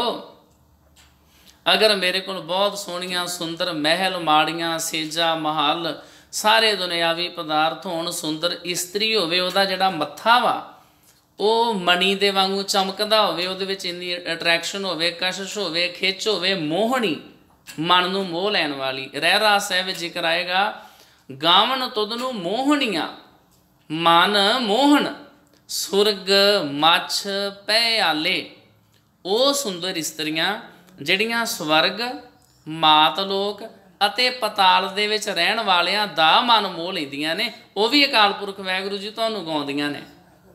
ऐसी इस्त्री होवे जिहदे मस्तक दे विच मणि होवे, अनेक प्रकार के हाव भाव करती होवे, पर तां भी अकाल पुरख वाहिगुरू जी मेरे ते कृपा करियो किते उसनूं वेख के मैं तुहानूं ना भुल जावां। मोहनी मुख मणि सोहै, करे रंग पसाओ। साध संगत जी सप का जिक्र आया। विद्वानां दा मनना भी जिहड़ा सप आ ना, वो अपने मस्तक दे विचों मणि नूं बाहर कढ के रख दिंदा। जदों नूं भुख लगदी है रात दे समय, फिर की हुंदा, जिहड़ी वो मणि आ, वो मणि फिर चमकदी आ, उहदे विचों किरनां निकलदियां ने। चमकदी होण करके बहुत सारे कीड़े मकौड़े उत्थे आ जांदे ने, ते सप उन्हां कीड़ियां मकौड़ियां नूं फिर खा जांदा। जे कोश मुख रख के मणि पद दे अर्थ चमक करिए तां भी बड़े ढुकवें ते भावपूर्त हन, क्योंकि इस बाणी विच सुख शब्द का प्रयोग लगभग 416 वारी किया गया। सुखमनी साहिब दे विच जिहड़ा साध संगत जी सुख शब्द आ, ये कितनी वारी आया? 416 वारी। फर्क ये है कि सप्पां दी मणि जां रतन दी चमक बाहरले हनेरे नूं दूर कर सकती है, पर मन दा हनेरा नाम रूपी मणि नाल ही दूर हुंदा। जिहदे हिरदे विच गुरु दे ज्ञान दी मणि चमक पवे, उहदे अंदरों अज्ञानता दा हनेरा खत्म हो जाता। फिर सतगुरु एक गहर गंभीर समुंदर समान ने, जिस विच चुभी लाया नाम रूपी नग हीरे ते मणियां प्राप्त हुंदियां ने। इसलिए गुरु नाल लिव लाउण दी सिक्ख्या दित्ती है। भाई गुरु साहब जी, गुरु समुंद नदी सब सिखी, नातै जित वडियाई। गुरु साहब जी दे कोलों साध संगत जी हीरे जवाहरात मूंगे पुखराज मणियां ये सारा कुछ प्राप्त हुंदा। इसलिए गुरु ग्रंथ साहब जी दे पावन अंग नंबर 1401 दे उत्ते गुरु साहब जी ने उपदेश दिता, भाई गुरु नाल परमात्मा जी दे नाल लिव लाया करो। गुरु गोर गोर करो गुरु हर पाईए। भट्टां दे सवैये, भट्ट ਜਿਹੜੇ ਸਾਰਸੁਤ ਬ੍ਰਾਹਮਣ ਸਨ। ਸਾਰਸੁਤ ਕਿਉਂ ਕਹਿੰਦੇ ਆ? ਕਿਉਂਕਿ ਇਹ ਸਰਸਵਤੀ ਨਦੀ ਦੇ ਕੰਢੇ ਤੇ ਰਹਿੰਦੇ ਸੀ। ਸਰਸਵਤੀ ਨਦੀ ਕਿੱਥੇ ਵਗਦੀ ਸੀ? ਪੇਵੇ ਦੇ ਕੋਲ। ਉੱਥੋਂ ਦੇ ਰਹਿਣ, ਉਸ ਇਲਾਕੇ ਦੇ ਰਹਿਣ ਵਾਲੇ ਇਹ ਸਾਧ ਸੰਗਤ ਜੀ ਘੁੰਮਦੇ ਹੋਏ ਜਦੋਂ ਇਹਨਾਂ ਨੂੰ ਆਲੇ ਦੁਆਲਿਓਂ ਬਰਸ ਏਕ ਹੋਂ ਫਿਰਿਓ ਕਿਨੈ ਨੋ ਪਰਚੋ ਲਾਇਓ, ਕਹਿਤਿਓ ਕਹਿਤੀ ਸੁਣੀ ਰਹਿਤ ਕੋ ਖੁਸ਼ੀ ਨਾ ਆਇਓ। ਆਲੇ ਦੁਆਲੇ ਭਟਕਦੇ ਰਹਿ, ਕਈਆਂ ਸੰਤਾਂ ਮਹਾਤਮਾਵਾਂ ਬਾਬਿਆਂ ਕਈਆਂ ਨੂੰ ਮਿਲਦੇ ਰਹਿ, ਪਰ ਕਿਤੇ ਵੀ ਇਹਨਾਂ ਦੇ ਮਨ ਨੂੰ ਸੰਤੁਸ਼ਟੀ ਨਾ ਆਈ। ਇਹ ਸਾਧ ਸੰਗਤ ਜੀ ਫਿਰ ਗੋਇੰਦਵਾਲ ਸਾਹਿਬ ਵਿਖੇ ਆ ਗਏ। ਇੱਥੇ ਆਣ ਕੇ ਜਦੋਂ ਗੁਰੂ ਸਾਹਿਬਾਨਾਂ ਦੇ ਦਰਸ਼ਨ ਕੀਤੇ ਤੇ ਸਾਧ ਸੰਗਤ ਜੀ ਇਹਨਾਂ ਨੂੰ ਆਨੰਦ ਦੀ ਪ੍ਰਾਪਤੀ ਹੋ ਗਈ। ਫਿਰ ਇਹਨਾਂ ਨੇ ਸਵਈਏ ਉਚਾਰਨ ਕੀਤੇ ਜਿਹੜੇ ਸ਼੍ਰੀ ਗੁਰੂ ਗ੍ਰੰਥ ਸਾਹਿਬ ਜੀ ਮਹਾਰਾਜ ਜੀ ਦੇ ਆਖਰੀ ਅੰਗਾਂ ਦੇ ਉੱਤੇ ਦਰਜ ਹਨ। ਇਹੋ ਹੀ ਸਵਈਏ ਹਰਿਮੰਦਰ ਸਾਹਿਬ ਦੇ ਵਿੱਚ ਵੀ ਪੜ੍ਹੇ ਜਾਂਦੇ ਨੇ। ਗੁਰੂ ਗ੍ਰੰਥ ਸਾਹਿਬ ਜੀ ਦਾ ਜਦੋਂ ਪ੍ਰਕਾਸ਼ ਹੁੰਦਾ ਹੈ ਉਸ ਤੋਂ ਪਹਿਲਾਂ ਗੁਰੂ ਗੁਰ ਗੁਰ ਕਰੋ। ਤੇ ਸਾਧ ਸੰਗਤ ਜੀ ਇਹਨਾਂ ਸਵਈਆਂ ਨੂੰ ਕਿਧਰੇ ਪਿਆਰ ਦੇ ਨਾਲ ਪੜ੍ਹੀਏ। ਇਹਨਾਂ ਸਵਈਆਂ ਦੀ ਚਾਲ ਅਤੇ ਇਹਨਾਂ ਵਿੱਚੋਂ ਫਿਰ ਕਿਆ ਆਨੰਦ ਪ੍ਰਾਪਤ ਹੁੰਦਾ। ਗੁਰੂ ਗੁਰ ਗੁਰ ਕਰੋ ਗੁਰੂ ਹਰ ਪਾਈਐ, ਉਧਦ ਗੁਰ ਗਹਿਰ ਗੰਭੀਰ ਬੇਅੰਤ, ਹਰ ਨਾਮ ਨਗ ਹੀਰ ਮਣ ਮਿਲਤ ਲਿਵ ਲਾਈਐ। ਭਾਈ ਜੇ ਤੁਸੀਂ ਗੁਰੂ ਸਾਹਿਬ ਜੀ ਦੇ ਨਾਲ ਲਿਵ ਲਾਉਂਦੇ ਹੋ ਨਾ ਤੇ ਤੁਹਾਨੂੰ ਮਣੀ ਪ੍ਰਾਪਤ ਹੁੰਦੀ ਹੈ, ਸੁੱਖਾਂ ਦੀ ਮਣੀ। ਜ਼ਿੰਦਗੀ ਵਿੱਚ ਫਿਰ ਸੁੱਖ ਹੀ ਸੁੱਖ ਪੈਦਾ ਹੋ ਜਾਂਦੇ ਨੇ ਗੁਰੂ ਸਾਹਿਬ ਜੀ ਦੇ ਨਾਲ ਚਿੱਤ ਜੋੜਨੇ ਕਰਕੇ। ਸੋ ਇਹ ਵਿਲੱਖਣ ਨਾਮ ਸ਼੍ਰੀ ਗੁਰੂ ਅਰਜਨ ਦੇਵ ਜੀ ਦੇ ਪਵਿੱਤਰ ਹਿਰਦੇ ਦਾ ਅਨੁਭਵੀ ਪ੍ਰਕਾਸ਼ ਆ। ਇਹ ਸ਼੍ਰੀ ਗੁਰੂ ਅਰਜਨ ਦੇਵ ਜੀ ਮਹਾਰਾਜ ਨੇ ਬਖਸ਼ਿਸ਼ ਕੀਤੀ। ਹੋਰ ਕਿਸੇ ਵੀ ਮੁਰਸ਼ਦ ਨੇ, ਕਿਸੇ ਵੀ ਔਲੀਏ ਅਵਤਾਰ ਪੀਰ ਪੈਗੰਬਰ ਨੇ ਸੁਖਮਨੀ ਸ਼ਬਦ ਨਹੀਂ ਵਰਤਿਆ। ਸੁਖਮਨੀ ਸਾਹਿਬ ਦੇ ਵਿੱਚ ਸੁਖ ਸ਼ਬਦ 416 ਵਾਰੀ ਆਇਆ ਹੈ ਔਰ ਇਹ ਬਖਸ਼ਿਸ਼ ਸ਼੍ਰੀ ਗੁਰੂ ਅਰਜਨ ਦੇਵ ਸਾਹਿਬ ਜੀ ਮਹਾਰਾਜ ਨੇ ਕੀਤੀ ਹੈ। ਕਾਵ ਪਰੰਪਰਾ ਅਨੁਸਾਰ ਕਿਸੇ ਬਾਣੀ ਦੇ ਨਾਮ ਸੰਸਕਾਰ ਜਾਂ ਸਰਲੇਖ ਦਾ ਉਸ ਬਾਣੀ ਦੇ ਅੰਦਰ ਵਰਤਿਆ ਜਾਣਾ ਜ਼ਰੂਰੀ ਹੁੰਦਾ। ਇਹ ਵੀ ਇੱਕ ਨਿਯਮ ਆ, ਇਹ ਵੀ ਇੱਕ ਕਾਵ ਦੀ ਪਰੰਪਰਾ ਹੈ ਵੀ ਅਗਰ ਤੁਸੀਂ ਕਿਸੇ ਬਾਣੀ ਦਾ, ਕਿਸੇ ਕਵਿਤਾ ਦਾ ਉੱਤੇ ਕੋਈ ਸਰਲੇਖ ਲਿਖਦੇ ਹੋ, ਉਹਦਾ ਜ਼ਿਕਰ ਜਿਹੜਾ ਵਾ ਉਹ ਜੋ ਤੁਸੀਂ ਨੀਚੇ ਲਿਖ ਰਹੇ ਹੋ ਉਹਦੇ ਵਿੱਚ ਆਉਣਾ ਚਾਹੀਦਾ। ਇਹ ਸਾਧ ਸੰਗਤ ਜੀ ਕਾਵ ਦੀ ਇੱਕ ਪਰੰਪਰਾ ਹੈ, ਕਾਵ ਦੀ ਇੱਕ ਮਰਿਆਦਾ ਹੈ। ਜਿਵੇਂ ਸਿੱਧ ਗੋਸ਼ਟ ਦੇ ਵਿੱਚ ਜਿਹੜੀ ਸਿੱਧ ਗੋਸ਼ਟ ਬਾਣੀ ਹੈ ਉਹਦੇ ਵਿੱਚ ਜਾ ਕੇ ਪੜ੍ਹੀਏ ਤੇ ਸ਼ਬਦ ਆ ਜਾਂਦਾ ਸਿੱਧ ਗੋਸ਼ਟ। ਨਾਮ ਰਤੇ ਸਿੱਧ ਗੋਸ਼ਟ ਹੋਏ। ਤੇ ਜੇ ਗੱਲ ਕਰੀਏ ਬਾਣੀ ਓੰਕਾਰ ਦੀ, ਉਸ ਬਾਣੀ ਦੇ ਵਿੱਚ ਫਿਰ ਓੰਕਾਰ ਸ਼ਬਦ ਆਉਂਦਾ। ਓੰਕਾਰ ਬ੍ਰਹਮਾ ਉਤਪਤ, ਓੰਕਾਰ ਕੀਆ ਜਿਨ ਚਿੱਤ। ਜੇ ਆਪਾਂ ਗੱਲ ਕਰੀਏ ਰਹਿਰਾਸ ਸਾਹਿਬ ਦੀ, ਵੈਸੇ ਰਹਿਰਾਸ ਆਪਾਂ ਕੱਲ੍ਹ ਵੀ ਵਿਚਾਰਿਆ ਸੀ ਵੀ ਰਹਿਰਾਸ ਹੈਡਿੰਗ ਗੁਰੂ ਗ੍ਰੰਥ ਸਾਹਿਬ ਵਿੱਚ ਨਹੀਂ ਹੈ, ਪਰ ਆਪਣੇ ਸਾਡੇ ਪੰਥ ਵਿੱਚ ਇਸ ਬਾਣੀ ਸ਼ਾਮ ਦੀ ਨੂੰ ਜਿਹੜੀ ਪੜ੍ਹੀ ਜਾਂਦੀ ਇਹਨੂੰ ਕਹਿੰਦੇ ਨੇ ਰਹਿਰਾਸ। ਜੇ ਕਹਿੰਦੇ ਨੇ ਤੇ ਕਿਉਂ ਕਹਿੰਦੇ ਨੇ? ਵਿਦਵਾਨਾਂ ਦਾ ਮੰਨਣਾ ਵੀ ਆਲਰੇਡੀ ਇਹਦੇ ਬਾਣੀ ਵਿੱਚ ਸ਼ਬਦ ਆਇਆ ਰਹਿਰਾਸ। ਹਰ ਕੀਰਤ ਹਮਰੀ ਰਹਿਰਾਸ, ਉੱਥੋਂ ਪੈ ਗਿਆ ਇਸ ਬਾਣੀ ਦਾ ਨਾਮ ਰਹਿਰਾਸ। ਭਾਵ ਜਿਹੜੀ ਬਾਣੀ ਤੇ ਸਾਧ ਸੰਗਤ ਜੀ ਉਸ ਬਾਣੀ ਦਾ ਉਹਦੇ ਵਿੱਚ ਨਾਮ ਆਉਂਦਾ। ਇਸੇ ਤਰ੍ਹਾਂ ਇਸ ਬਾਣੀ ਦੀ ਪਹਿਲੀ ਅਸ਼ਟਪਦੀ ਦੇ ਵਿੱਚ ਬਾਣੀ ਦਾ ਨਾਮ ਸੁਖਮਨੀ ਹੈ। ਇਸ ਵਾਸਤੇ ਵਿੱਚ ਨਾਮ ਆਉਣਾ ਹੀ ਸੀ। ਸੁਖਮਨੀ ਸੁਖ ਅੰਮ੍ਰਿਤ ਪ੍ਰਭ ਨਾਮ, ਭਗਤ ਜਨਾ ਕੈ ਮਨ ਬਿਸਰਾਮ। ਫਿਰ ਅੰਤਲੀ ਅਸ਼ਟਪਦੀ ਦੇ ਵਿੱਚ ਵੀ ਇਹ ਸ਼ਬਦ ਆਇਆ, ਸੁਖਮਨੀ ਸਹਿਜ ਗੋਬਿੰਦ ਗੁਣ ਨਾਮ। ਗੁਰੂ ਸਾਹਿਬ ਨੇ ਫਿਰ ਇਸ ਬਾਣੀ ਦਾ ਜ਼ਿਕਰ ਕੀਤਾ, ਨਾਨਕ ਇਹ ਗੁਣ नाम सुखमनी। सुखमनी गुरु साहब ने दसिया भाई ये है सुखमनी, अकाल पुरख वाहिगुरू का नाम, परमात्मा जी का जस। इस तरह गुरु साहब जी ने सुखमनी शब्द गुरबाणी दे विच उचार के गुरु साहब ने आप ही इस श्रेष्ठ नाम उत्ते पक्की मोहर जां छाप ला दी है।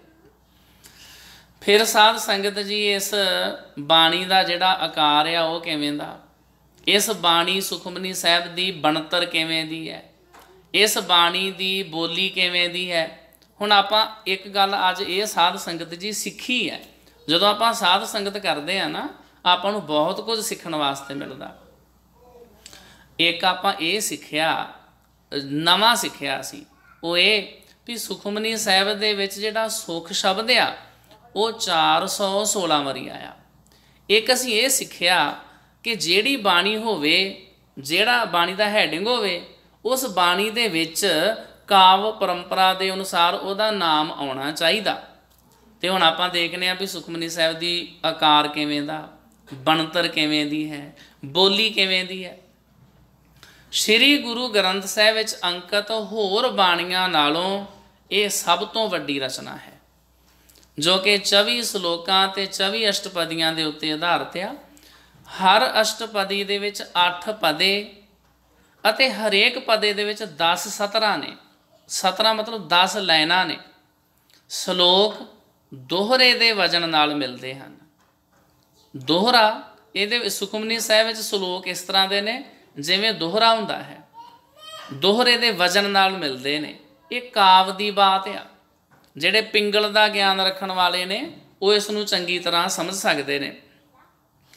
अते अष्टपदी विच चौपई छंद की वरतों है, जिवें सिद्ध गोष्ठ विच क्या पवीए सच सूचा होए, साच शब्द बिन मुकत ना कोय, रहाओ। इस तरह लिखिया सिद्ध गोष्ठ विच। सुखमनी साहब विच भी गुरु साहब जी ने इस तरह लिखिया। एक छंद की चाल है, जिहड़े गुरु साहब जी ने विच पदे उचारण कीते ने, वो एक साध संगत जी चौपई की चाल है। सुखमनी जिवें आपां चौपई साहब का पाठ नहीं करते, हमरी करो हाथ दे रक्षा, पूरन होए चित की इच्छा, तब चरणन मन रहे हमारा, अपना जान करो प्रतपारा। सुखमनी साहब भी कुछ इस भाव दी है। इस तरह चौपई दे नाल सुखमनी साहब की जिहड़ी चाल वो रलदी है। सुखमनी सुख अमृत प्रभ नाम, भगत जना कै मन विश्राम, रहाओ। रहाओ अस्थाई का सूचक हुंदा। सारी बाणी का केंद्री भाव रहाओ वाली पंक्ति दे विच हुंदा। भाव किसी भी बाणी का निचोड़, तत्सार, सेंट्रल आइडिया वो हुंदा जी रहाओ वाली पंक्ति दे विच। इस वास्ते रहाओ वाली पंक्ति साडी समझ दे विच आउणी बड़ी जरूरी हुंदी है, चाहे कोई शब्द होवे ते चाहे कोई बाणी होवे। इन्हां पंक्तियां दा ये भाव है कि सारे सुखां दा समूह प्रभु दा अमृत नाम है, जिसदा सारे सुखां दा समूह प्रभु दा अमृत नाम है, जिसदा निवास टिकाणा भगत जनां दे मन विच है। ये नाम गुरु दे उपदेश कित्थे वसदे ने? भगत जनां दे हिरदे दे विच। ते ये बाणी इस भाव दे आले दुआले नाम दा प्रकाश बख्शदी है। बाकी सारी बाणी विच सुखमनी साहब दे विच साध संगत जी इहो ही गल समझाई है भी रब जी का जिहड़ा नाम है वो है सुख देण वाला। ते रब जी का नाम वसदा कित्थे है? भगतां दे हिरदे च, जिहड़े वाहिगुरू जी की भगती करते हैं। आपां जिहड़ा काम करते रहिए वो साध संगत जी साडे हिरदे दे विच वसन लग जांदा। ओदी फिर साडी ओदी प्रैक्टिस हो जाती है। जिन्ने भी फील्ड्स दे विच अलग अलग लोकी काम करन वाले ने, शुरू शुरू दे विच उन्हां नूं ध्यान रखना पैंदा, बाद विच सारा को अपने आप सहज सुभाअ ही होण लग जांदा। कोई भी किसी भी फील्ड दे चों कोई भी एग्जाम्पल लै सकते हो, चाहे किसी ने कोई एक गड्डी कार चलाउण दी उदाहरण लैनी होवे, ਜਦੋਂ ਸ਼ੁਰੂ ਵਿੱਚ ਅਜੇ ਪ੍ਰੈਕਟਿਸ ਨਹੀਂ ਹੁੰਦੀ, ਸਾਨੂੰ ਕਿੰਨਾ ਧਿਆਨ ਰੱਖਣਾ ਪੈਂਦਾ ਕਿ ਮੇਰੀ ਦੂਸਰੀ ਸਾਈਡ 'ਤੇ ਕਿੰਨਾ ਥਾਂ ਰਹਿ ਗਿਆ, ਬ੍ਰੇਕ ਕਿਹੜੀ ਹੈ, ਰੇਸ ਕਿਹੜੀ ਹੈ, ਸਾਰਾ ਧਿਆਨ ਰੱਖਣਾ ਪੈਂਦਾ। ਜਦੋਂ ਪ੍ਰੈਕਟਿਸ ਹੋ ਜਾਂਦੀ ਹੈ ਫਿਰ ਸਾਰਾ ਕੁਛ ਆਪਣੇ ਆਪ ਹੀ ਹੋਈ ਜਾਂਦਾ। ਇਸੇ ਤਰ੍ਹਾਂ ਗੁਰੂ ਸਾਹਿਬ ਸਮਝਾਉਂਦੇ ਨੇ ਸਾਰੇ ਸੁੱਖਾਂ ਦਾ ਸਮੂਹ ਕੀ ਹੈ? ਪ੍ਰਭੂ ਦਾ ਨਾਮ। ਪ੍ਰਭੂ ਦਾ ਨਾਮ ਕਿੱਥੇ ਵਸਦਾ ਹੈ? ਰੱਬ ਦੇ ਪਿਆਰਿਆਂ ਭਗਤਾਂ ਦੇ ਹਿਰਦੇ ਵਿੱਚ। ਕਿਵੇਂ ਵਸਦਾ? ਆਪਣੇ ਆਪ ਸੁਤੇ ਸਿੱਧ, ਕਿਉਂਕਿ ਉਹ ਰੱਬ ਦੇ ਪਿਆਰੇ ਨਾਮ ਜਪਦੇ ਰਹਿੰਦੇ ਨੇ, ਬਾਣੀ ਪੜ੍ਹਦੇ ਰਹਿੰਦੇ ਨੇ। ਇਸ ਵਾਸਤੇ ਉਹਨਾਂ ਨੂੰ ਕੋਈ ਵਿਸ਼ੇਸ਼ ਜਾਂ ਕੋਈ ਖਾਸ ਯਤਨ ਨਹੀਂ ਕਰਨਾ ਪੈਂਦਾ। ਰੱਬ ਦੇ ਪਿਆਰਿਆਂ ਦੀ ਬਾਣੀ ਪੜ੍ਹਨ ਵਾਲਿਆਂ ਦੀ ਹੈਬਿਟ ਹੀ ਬਣ ਜਾਂਦੀ ਆ, ਇਹ ਆਦਤ ਹੀ ਬਣ ਜਾਂਦੀ ਆ। ਉਹ ਸਾਰਾ ਕੁਝ ਫਿਰ ਸੁਤੇ ਸਿੱਧ ਆਪਣੇ ਆਪ ਹੀ ਹੋਣ ਲੱਗ ਜਾਂਦਾ। ਭਗਤ ਜਨਾਂ ਦੇ ਮਨ ਵਿੱਚ ਹੈ ਰੱਬ ਜੀ ਦੇ ਨਾਮ ਦਾ ਟਿਕਾਣਾ। ਇਹ ਸਾਰੀ ਬਾਣੀ ਇਸੇ ਭਾਵ ਦੇ ਆਲੇ ਦੁਆਲੇ ਘੁੰਮਦੀ ਹੈ। ਇਹੀ ਕੁਝ ਸਮਝਾਉਂਦਾ ਸਾਨੂੰ। ਇਸ ਬਾਣੀ ਵਿੱਚ ਵਰਤੀ ਹੋਈ ਬੋਲੀ ਦੇ ਸਰਲ ਅਤੇ ਸੁੰਦਰ ਸਰੂਪ ਕਠੋਰ ਤੋਂ ਕਠੋਰ ਹਿਰਦਿਆਂ ਨੂੰ ਮੋਹ ਲੈਂਦੇ ਨੇ, ਮਨ ਮੋਹੇ ਜਾਂਦੇ ਨੇ ਜਦੋਂ ਕੋਈ ਪਿਆਰ ਦੇ ਨਾਲ ਸੁਖਮਨੀ ਸਾਹਿਬ ਜੀ ਦਾ ਪਾਠ ਸਰਵਣ ਕਰੇ। ਇਸ ਵਿੱਚ ਵਰਤੇ ਹੋਏ ਅਲੰਕਾਰ, ਗਹਿਣੇ, ਅਲੰਕਾਰ ਦਾ ਅਰਥ ਹੁੰਦਾ ਗਹਿਣੇ, ਬਿੰਬ ਅਤੇ ਰੂਪਕ ਦ੍ਰਿਸ਼ਟਾਂਤ ਸਾਡੇ ਆਮ ਜਨ ਜੀਵਨ ਦੇ ਨਾਲ ਸੰਬੰਧ ਰੱਖਦੇ ਆ। ਬੜਾ ਗੁਰੂ ਸਾਹਿਬ ਜੀ ਨੇ ਸਾਦੀ ਭਾਸ਼ਾ ਵਿੱਚ ਉਦਾਹਰਨਾਂ ਦੇ ਦੇ ਕੇ ਸਾਨੂੰ ਸਮਝਾਇਆ। ਅੱਗੇ ਚੱਲ ਕੇ ਜਦੋਂ ਆਪਾਂ ਅਰਥ ਪੜ੍ਹਾਂਗੇ ਤਿਵੇਂ ਤਿਵੇਂ ਵਿੱਚੋਂ ਸਾਨੂੰ ਫਿਰ ਬਹੁਤ ਆਨੰਦ ਪ੍ਰਾਪਤ ਹੋਵੇਗਾ ਵੀ ਇਹ ਉਦਾਹਰਨਾਂ ਤਾਂ ਸਾਡੇ ਬਿਲਕੁਲ ਆਲੇ ਦੁਆਲੇ ਹੀ ਵਾਪਰਦੀਆਂ ਨੇ। ਇਹ ਤਾਂ ਸਾਡੇ ਨਾਲ ਮੈਚ ਹੁੰਦੀਆਂ ਨੇ ਜੋ ਗੁਰੂ ਸਾਹਿਬ ਜੀ ਲਿਖ ਰਹੇ ਨੇ। ਜਿਸ ਕਰਕੇ ਉਚਾਰਨ ਸਮੇਂ ਕਾਵ ਛੰਦਾਂ ਦੇ ਤੋਲ ਅਤੇ ਤੁਕਾਂਤ ਦੀ ਇਕਸਾਰਤਾ, ਭਾਵਕਤਾ ਅਤੇ ਇਕਸੁਰਤਾ ਰਹਿੰਦੀ ਹੈ। ਪੰਜਾਬ ਤੋਂ ਬਾਹਰ ਦੇ ਵਸਨੀਕਾਂ ਨੂੰ ਵੀ ਇਸ ਬਾਣੀ ਦਾ ਪਾਠ ਕਰਨ ਵਿੱਚ ਕੋਈ ਔਖਿਆਈ ਨਹੀਂ ਭਾਸਦੀ, ਕਿਉਂਕਿ ਪੰਜਾਬ ਤੋਂ ਬਾਹਰ ਵਸਦੇ ਲੋਕਾਂ ਦੀ ਸ਼ਬਦਾਵਲੀ ਨੂੰ ਵੀ ਇਸ ਬਾਣੀ ਨੇ ਆਪਣੇ ਕਲਾਵੇ ਦੇ ਵਿੱਚ ਲਿਆ ਹੋਇਆ। ਸਾਧ ਸੰਗਤ ਜੀ, ਵਿਦਵਾਨਾਂ ਦਾ ਇਹ ਵੀ ਮੰਨਣਾ ਵੀ ਸੁਖਮਨੀ ਸਾਹਿਬ ਦੀ ਬਾਣੀ ਐਸੀ ਹੈ ਕਿ ਜਿਹੜੇ ਲੋਕੀ ਪੰਜਾਬੀ ਜਾਣਨ ਵਾਲੇ ਨੇ ਨਾ, ਉਹਨਾਂ ਨੂੰ ਲੱਗਦਾ ਵੀ ਸੁਖਮਨੀ ਸਾਹਿਬ ਦੀ ਬਾਣੀ ਤਾਂ ਪੰਜਾਬੀ ਭਾਸ਼ਾ ਵਿੱਚ ਉਚਾਰਨ ਕੀਤੀ ਹੋਈ ਹੈ। ਜਿਹੜੇ ਲੋਕ ਹਿੰਦੀ ਜਾਣਨ ਵਾਲੇ ਨੇ ਉਹਨਾਂ ਨੂੰ ਲੱਗਦਾ ਵੀ ਸੁਖਮਨੀ ਸਾਹਿਬ ਦੀ ਬਾਣੀ ਤਾਂ ਹਿੰਦੀ ਦੇ 'ਚ ਉਚਾਰਨ ਕੀਤੀ ਹੋਈ ਹੈ। ਭਾਵ ਇੱਕ ਨੇੜਤਾ ਮਹਿਸੂਸ ਹੁੰਦੀ ਹੈ। ਤਾਂ ਹੀ ਕਰਕੇ ਸੁਖਮਨੀ ਸਾਹਿਬ ਜੀ ਦਾ ਪਾਠ ਜਿਨ੍ਹਾਂ ਨੂੰ ਨਹੀਂ ਪੰਜਾਬੀ ਆਉਂਦੀ ਉਹ ਹਿੰਦੀ ਦੇ ਗੁਟਕੇ ਸਾਹਿਬਾਨਾਂ ਤੋਂ ਵੀ ਕਰਕੇ ਆਨੰਦ ਮਾਣਦੇ ਨੇ। ਪੰਜਾਬੀ ਜਾਣਨ ਵਾਲਿਆਂ ਨੇ ਤਾਂ ਖੈਰ ਪੰਜਾਬੀ 'ਚ ਕਰਨਾ ਹੀ ਹੈ। ਸੁਖਮਨੀ ਦਾ ਸੰਕਲਪ, ਕਾਲ ਅਤੇ ਸਥਾਨ, ਇਹ ਕਿਵੇਂ ਸਾਰਾ ਸੰਕਲਪ ਬਣਿਆ? ਕਿਹੜਾ ਸਮਾਂ ਸੀ ਜਦੋਂ ਗੁਰੂ ਸਾਹਿਬ ਨੇ ਸੁਖਮਨੀ ਸਾਹਿਬ ਉਚਾਰਨ ਕੀਤੀ? ਕਿਹੜੇ ਥਾਂ ਦੇ ਉੱਤੇ ਉਚਾਰਨ ਕੀਤੀ?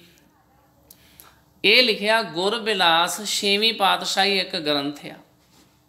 ਉਸ ਦੇ ਵਿੱਚ ਦੱਸਿਆ 52 ਅੱਖਰੀ ਬਾਣੀ ਦਾ ਭੋਗ ਪਾਉਣ ਮਗਰੋਂ, ਜਿਹੜੀ ਬਾਣੀ ਸੁਖਮਨੀ ਸਾਹਿਬ ਤੋਂ ਪਹਿਲਾਂ ਗੁਰੂ ਗ੍ਰੰਥ ਸਾਹਿਬ ਦੇ ਵਿੱਚ ਲਿਖੀ ਹੋਈ ਆ ਉਹਨੂੰ ਕਹਿੰਦੇ ਨੇ 52 ਅੱਖਰੀ। 52 ਦਾ ਮਤਲਬ ਹੁੰਦਾ 52, 52 ਅੱਖਰਾਂ ਤੋਂ ਉਪਦੇਸ਼ ਵਾਲੀ ਜਿਹੜੀ ਬਾਣੀ ਹੈ। ਜਦੋਂ ਉਹਦਾ ਭੋਗ ਪੈ ਗਿਆ, ਭਾਈ ਗੁਰਦਾਸ ਜੀ, ਭਾਈ ਗੁਰਦਾਸ ਜੀ ਕੌਣ ਸਨ? ਜਿਹੜੇ ਗੁਰੂ ਗ੍ਰੰਥ ਸਾਹਿਬ ਦੀ ਬਾਣੀ ਲਿਖਦੇ ਹੁੰਦੇ ਸਨ। ਆਪਣੇ ਡੇਰੇ 'ਤੇ ਆਏ। ਹੁਣ ਇਹ ਚੀਜ਼ਾਂ ਨਾਮ ਜਿਹੜੇ ਵਿੱਚ ਆਉਂਦੇ ਸਾਨੂੰ ਚੇਤੇ ਰੱਖਣੇ ਚਾਹੀਦੇ ਆ ਵੀ ਗੁਰੂ ਗ੍ਰੰਥ ਸਾਹਿਬ ਦਾ ਸਰੂਪ ਕਿਹਨੇ ਲਿਖਿਆ? ਭਾਈ ਗੁਰਦਾਸ ਜੀ ਨੇ। ਜਦੋਂ 52 ਅੱਖਰੀ ਬਾਣੀ ਦਾ ਭੋਗ ਪੈ ਗਿਆ, ਲਿਖ ਲਿਆ, ਇਹ ਬਾਣੀ ਕੰਪਲੀਟ ਹੋ ਗਈ, ਭਾਈ ਗੁਰਦਾਸ ਜੀ ਆਪਣੇ ਡੇਰੇ ਆਏ। ਜਦੋਂ 2 ਘੜੀਆਂ ਰਾਤ ਬਤੀਤ ਹੋਈ ਤਾਂ ਗੁਰੂ ਸਾਹਿਬ ਦੇ ਮਨ ਵਿੱਚ ਇਹ ਫੁਰਨਾ ਆਇਆ ਕਿ ਕਲਯੁਗ ਦਾ ਭਿਆਨਕ ਸਮਾਂ ਹੈ। ਲੜਾਈਆਂ, ਝਗੜੇ, ਕਲਾ, ਕਲੇਸ਼, ਈਰਖਾ, ਦਵੈਸ਼, ਨਫ਼ਰਤ, ਜੈਲਸੀ, ਕੀਨਾ, ਸਾੜਾ, ਪਰਾਈ, ਤਾਤ, ਵਿਸ਼ੇ ਵਿਕਾਰ, ਇਸ ਤਰ੍ਹਾਂ ਦਾ ਬੜਾ ਭਿਆਨਕ ਸਮਾਂ। ਲੋਕ ਵਿਸ਼ਿਆਂ ਦੇ ਵਿੱਚ ਖਚਤ ਹਨ, ਵਿਕਾਰਾਂ ਦੇ ਵਿੱਚ। ਨਾ ਤਾਂ ਇਹ ਇੱਕ ਘੜੀ ਭਰ ਹਰੀ ਦਾ ਸਿਮਰਨ ਭਜਨ ਕਰਦੇ ਨੇ ਅਤੇ ਨਾ ਹੀ ਧਨ ਆਦਿ ਦਾਨ ਕਰਦੇ ਨੇ। ਇਸ ਤੋਂ ਬਿਨਾਂ ਇਹ ਲੋਕ ਮੁਕਤੀ ਕਿਸ ਤਰ੍ਹਾਂ ਪ੍ਰਾਪਤ ਕਰਨਗੇ? ਇਹਨਾਂ ਦੀ ਮੁਕਤੀ ਕਿਵੇਂ ਹੋਵੇਗੀ? ਵਿਕਾਰਾਂ ਦੇ ਬੰਧਨ ਦੇ ਵਿੱਚੋਂ ਕਿਵੇਂ ਨਿਕਲਣਗੇ? ਕਿਉਂਕਿ ਗੁਰਮਤਿ ਦੇ ਵਿੱਚ ਮੰਨਿਆ ਜਾਂਦਾ ਸਾਧ ਸੰਗਤ ਦੀ ਜਿਹੜੀ ਮੁਕਤੀ ਹੈ ਨਾ ਜੀ, हिंदू धर्म विच मन्निया जाता भी बंदा मुक्त हुंदा मरण तो बाद। सिख धर्म च मन्निया जाता नहीं, मरण तो बाद नहीं, जिउंदा ही मुक्त हो जाता। मुए हुए जो मुक्त देहोगे, मुकत ना जाने कोएला। भगत साहबाना ने तो लिख दिता भी हे अकाल पुरख वाहगुरू जी, जे सानू तुसी किरपा करके मुक्ति बख्शिश करनी है तो हुणे ही बख्शिश कर दिओ। बाद किन्ने वेख्या? बाद में तो सानू कोई पता नहीं, ना साडे घर वाले नूं किसी नूं भी पता नहीं चलना भी जिहड़ा बंदा मर गया मुक्त होया कि नहीं होया। इस वास्ते जी हुणे भी मुक्ति बख्शिश कर दिओ। भाव जिहड़े काम क्रोध लोभ मोह हंकार मैनू 5 विकार चंबड़े हुए ने, इन्हां तो मेरा तुसीं हुणे ही छुटकारा करवा दिओ। जे असीं हुण मुक्त हो जावांगे, बंधनां तो निकल जावांगे, इस तो बाद भी फिर मुक्त ही मुक्त हाँ। तो जिहड़ा मनुख जिउंदे जी मुक्त नहीं होया, उन्हें मरण तो बाद की मुक्त होना। गुरमत दे विच गुरबाणी दे विच अगांह दीयां गल्लां घट कीतियां ने, प्रैजेंट दी गल ज़्यादा कीती है, हुण दी गल ज़्यादा कीती है। तो श्री गुरु अर्जन देव साहब जी महाराज ने विचारिया, इस तो बिना ये लोग मुक्ति नूं किस तरह प्राप्त होणगे। वेद सिमरतियां ते शास्त्र जिहड़े हिंदू धर्म के धार्मिक ग्रंथ ने, 4 वेद ने, ऋग वेद, जुजुर्वेद, अथर्वण वेद, श्याम वेद, 27 सिमरतियां ने, 6 शास्त्र ने। वो आखदे ने कि मनुख दिन रात विच 24,000 सवास लैंदे ने। क्यों ना अजिहा यतन किया जाए जिस नाल इन्हां दे सवास सफले हो जाण। सुख दाते पर उपकारी सतगुरु जी ये विचार करते करते सौ गए। जदों अमृत वेले जागे, भाई गुरदास जी नूं नाल लैके रामसर सरोवर ते गए। ये अमृतसर साहिब विखे है रामसर सरोवर, तो उत्थे जाके इशनान किया। फिर इस सरोवर के कोने ते एक सुंदर बेर का वृक्ष वेख्या, तो इशनान मगरों उस दे हेठां अपना आसन ला लिया। रात नूं सौण समय जो संकल्प गुरु जी के मन में उठिया सी, भाई गुरदास जी नूं दसिया ते कहा, घोर कलयुग का समा है, इस नूं दूर करन दा कोई यतन करो। अगों भाई साहब ने उत्तर दिता, गुरु जी आप गरीब नवाज हो, जे कलयुग ने बहुत जोर पाया है तो आप अजिही किरपा करो जिस नाल हरेक दा मनुखा जन्म सफल हो जाए। गुरु जी ने इस तरह जीव दी, गुरु जी ने जिस तरह जीव दी रचना हुई, अपने पवित्र मुखार बिंद तो बचन उचारे, जे पुण्य कर्म बहुत होण तां देवता दी देही मिलती है, फिर मनुख देवता बन जाता।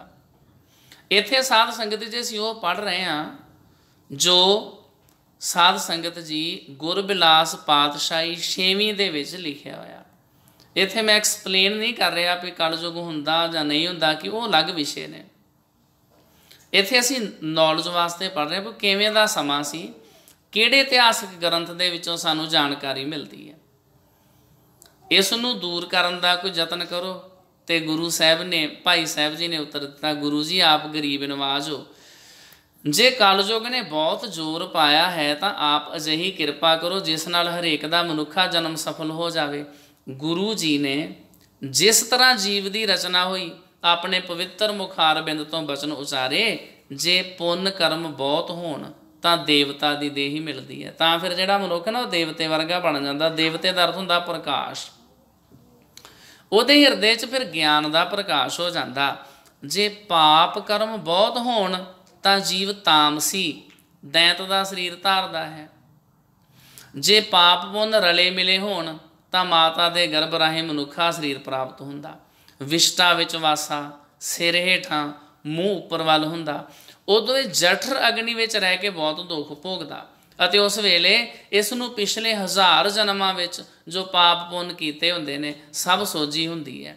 जदों पिछले पाप कर्म चेते करदा, शर्म दा मारिया होया प्रभु नूं याद करदा।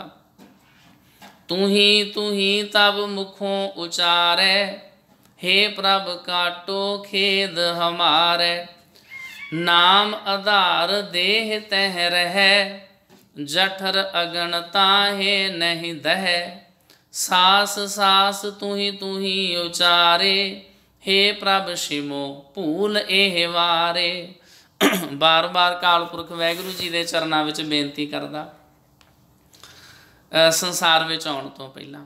ਉਦੋਂ ਇਹ ਇਕਰਾਰ ਕਰਦਾ, हे ਪ੍ਰਭੂ ਮੈਨੂੰ ਸੜਦੇ ਹੋਏ ਨੂੰ ਇੱਥੋਂ ਕੱਢੋ, ਮੈਂ ਮਾਤਾ ਦੇ ਪੇਟ ਦੀ ਜਠਰ ਅਗਨੀ ਦੇ ਵਿੱਚ ਸੜਦਾ ਪਿਆ ਹਾਂ, ਸਵਾਸ ਸਵਾਸ ਤੁਹਾਨੂੰ ਸਿਮਰਾਂਗਾ। ਬੜੇ ਦੁੱਖ ਨਾਲ ਜਦੋਂ ਸਰੀਰ ਧਾਰਦਾ, ਸੰਸਾਰ ਵਿੱਚ ਆ ਕੇ ਪ੍ਰਭੂ ਦਾ ਕੀਤਾ ਹੈ ਉਪਕਾਰ ਭੁੱਲ ਜਾਂਦਾ। ਦਿਨ ਰਾਤ ਮਾਇਆ ਵਿੱਚ ਮਗਨ ਰਹਿੰਦਾ, ਦਾਤੇ ਨੂੰ ਯਾਦ ਨਹੀਂ ਕਰਦਾ, ਭੁੱਲ ਜਾਂਦਾ ਏ। ਇਹ ਸੱਚ ਹੈ, ਕਿਉਂਕਿ ਜਦੋਂ ਆਪਾਂ ਇਸ ਦੁਨੀਆ ਵਿੱਚ ਵੀ ਵੇਖਦੇ ਹਾਂ, ਕਿੰਨੇ ਸਾਰੇ ਲੋਕ ਨੇ ਜਿਹੜੇ ਵਾਅਦਾ ਕਰਕੇ ਭੁੱਲ ਜਾਂਦੇ ਨੇ, ਕਿਸੇ ਨੂੰ ਬਚਨ ਦੇ ਕੇ ਭੁੱਲ ਜਾਂਦੇ ਨੇ। ਉਹਨਾਂ ਦੇ ਬਾਰੇ ਜਪਜੀ ਸਾਹਿਬ ਦੇ ਵਿੱਚ ਵੀ ਜ਼ਿਕਰ ਆਇਆ ਹੈ, ਅਸੰਖ ਵਾਲੀ ਪੌੜੀ 'ਚ। ਅਸੰਖ ਚੋਰ ਹਰਾਮ ਖੋਰ, ਅਸੰਖ ਅਮਰ ਕਰ ਜਾਹੇ ਜੋਰ, ਅਸੰਖ ਗਲ ਵੱਢ ਹੱਤਿਆ ਕਮਾਹੇ, ਅਸੰਖ ਪਾਪੀ ਪਾਪ ਕਰ ਜਾਹੇ। ਕੇਤੇ ਵਾਲੀ ਪੌੜੀ ਜ਼ਿਕਰ ਆਇਆ, ਕੇਤੇ ਲੈ ਲੈ ਮੁੱਕਰ ਪਾਹੇ। ਕਈ ਨੇ ਉਹ ਪਦਾਰਥ ਲੈ ਲੈ ਕੇ ਮੁੱਕਰ ਹੀ ਜਾਂਦੇ ਨੇ। ਇਸ ਵਾਸਤੇ ਮੰਨਿਆ ਜਾ ਸਕਦਾ, ਜੇ ਧਾਰਮਿਕ ਗ੍ਰੰਥ ਦੇ ਵਿੱਚ ਐਸਾ ਲਿਖਿਆ, ਅਸੀਂ ਤਾਂ ਇੱਥੇ ਭੁੱਲ ਜਾਂਦੇ ਹਾਂ ਕਿਸੇ ਦੇ ਕੀਤੇ ਪਰਉਪਕਾਰ ਨੂੰ। ਜਿਹੜਾ ਮਨੁੱਖ ਸਾਡਾ ਭਲਾ ਕਰਦਾ ਸੀ ਉਹਨੂੰ ਭੁੱਲ ਜਾਂਦੇ ਹਾਂ। ਤੇ ਇਹ ਕਿਉਂ ਨਹੀਂ ਹੋ ਸਕਦਾ ਵੀ ਮਾਤਾ ਦੇ ਗਰਭ ਦੇ ਵਿੱਚ ਅਸੀਂ ਅਕਾਲ ਪੁਰਖ ਵਾਹਿਗੁਰੂ ਜੀ ਦੇ ਚਰਨਾਂ ਵਿੱਚ ਅਰਦਾਸਾਂ ਬੇਨਤੀਆਂ ਕਰਦੇ ਹੋਈਏ ਤੇ ਰੱਬ ਜੀ ਸਾਨੂੰ ਸੰਸਾਰ ਵਿੱਚ ਭੇਜੋ, ਅਸੀਂ ਜਾ ਕੇ ਤੁਹਾਡਾ ਨਾਮ ਜਪਾਂਗੇ। ਤੇ ਇੱਥੇ ਆਉਂਦਿਆਂ ਸਾਰੀ ਵਿੱਚੋਂ ਗਰਭੈ ਨਿਕਲ ਆਇਆ, ਖਸਮ ਵਿਸਾਰ ਦੁਨੀ ਚਿਤ ਲਾਇਆ। ਇੱਥੇ ਆਣ ਕੇ ਅਸੀਂ ਕਿਉਂ ਨਹੀਂ ਭੁੱਲ ਜਾਂਦੇ ਹੋਵਾਂਗੇ? ਇੱਥੇ ਵੀ ਭੁੱਲ ਜਾਂਦੇ ਹਾਂ।